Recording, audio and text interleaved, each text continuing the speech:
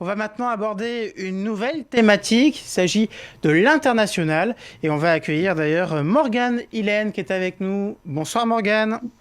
Bonsoir. Pouvez-vous tout d'abord vous présenter? Question très originale ce soir. Donc, bonjour, je m'appelle Maureen Hélène. Moi, j'ai une formation, j'ai un master en entrepreneuriat et innovation à l'EM Lyon. J'ai fait une grande partie de ma scolarité à l'étranger, en Chine, au Japon, au Canada, aux États-Unis, et j'ai aussi eu pas mal d'expériences professionnelles à l'étranger. Alors, Je suis aujourd'hui référente internationale pour SO Westward. on va justement aborder cette thématique de l'international avec vous. C'est vrai qu'ESCO Westward est vraiment tourné vers le monde. Concrètement, quelles sont les formations que vous proposez à l'international? Alors, dans un premier temps, nous avons un bachelor en 3 ans. Donc, les 2 premières années sont en classique et la troisième année est une année de spécialisation. Donc, les 2 premières années, la première année, vous avez la possibilité de faire soit 2 mois de stage en France, soit 2 mois de stage de langue à l'étranger, ou même de faire un stage à l'étranger. On a déjà des étudiants qui ont, par exemple, fait 2 mois de stage en Espagne. En deuxième année, les cours sont de septembre jusqu'à janvier, et ensuite, vous devez faire 6 mois selon 3 différents modèles. Donc, le premier, c'est 6 mois de stage en France, 6 mois de stage à l'étranger, ou une possibilité de faire un semestre dans une de nos écoles partenaires. Et certains font même la combinaison des deux, c'est-à-dire 3 mois dans une école partenaire et 3 mois de stage.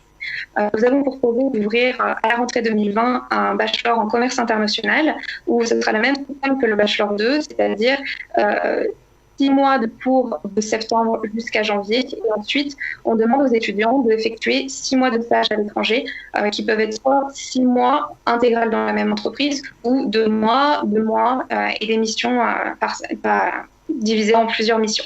Et ensuite, nous avons un master qui est en projet d'ouverture pour la rentrée 2020. Encore une fois, la première année est axée sur l'international, avec toujours ce même système, 6 mois de cours en France, et ensuite un départ à l'étranger pour le deuxième semestre. Alors concrètement, pour les futurs étudiants qui nous regardent, comment ça se passe, comment ça se caractérise un semestre à l'étranger? Alors concrètement, pendant le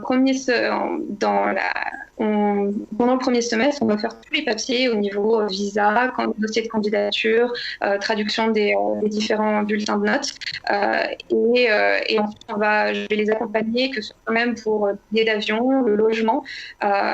C'est souvent un sacré choc pour beaucoup d'étudiants qui partent. Donc on a déjà des étudiants qui sont par exemple partis en Inde, et ça c'est un sacré choc pour eux. Et pendant leur semestre à l'étranger, je suis très régulièrement en contact avec eux, simplement pour savoir comment ils vont. Je suis en contact avec les écoles aussi pour bien vérifier qu'ils soient assidus, que tout se passe bien, et de vérifier par rapport à tout ça. Vous pouvez nous dire un mot aussi de ce réseau d'écoles et d'universités partenaires de l'école?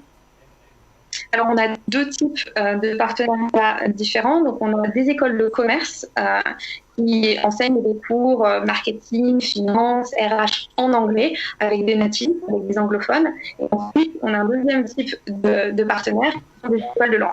Pourquoi ces 2 types de partenaires? Parce qu'on avait 2 typologies d'étudiants bien différents.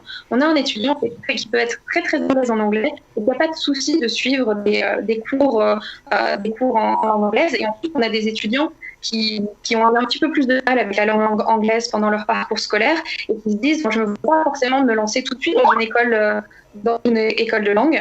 Et donc, dans ce cas-là, évidemment, c'est plus intéressant de rentrer dans une école de langue pour reprendre les bases de la grammaire, du vocabulaire.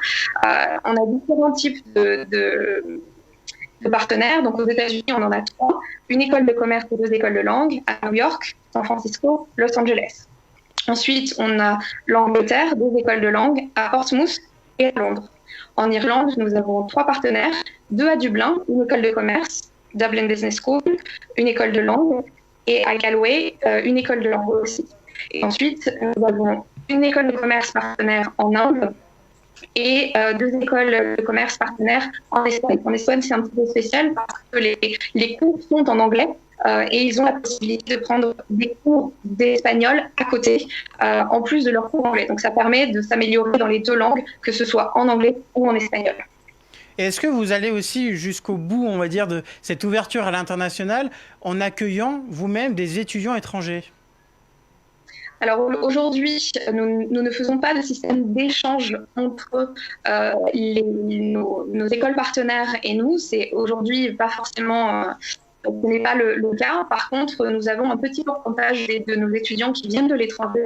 Par exemple, on a une étudiante qui vient de Chine, des étudiants qui viennent de Madagascar, du Congo ou encore du Maroc.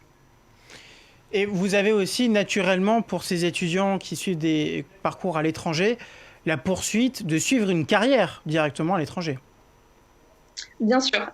Donc ça, c'est à partir du moment où vous maîtrisez la langue anglaise et surtout que les entreprises peuvent voir que vous avez eu une expérience à l'étranger, tout de suite, ça ouvre des portes. Après, c'est vrai que, comme le disait Madame Quiroz plus tôt, il y a des pays qui sont vraiment dans l'accueil des personnes, des Français, surtout le Canada, l'Australie, avec des systèmes des visas comme le Work and Travel qui peuvent être très intéressants. Donc c'est vrai que moi, sur certains étudiants en master, j'ai régulièrement des rendez-vous avec eux pour bien leur faire comprendre comment fonctionnent les différents visas, quelles sont leurs opportunités, comment ça se passe et qu'est-ce que recherchent les entreprises dans ces pays concernés.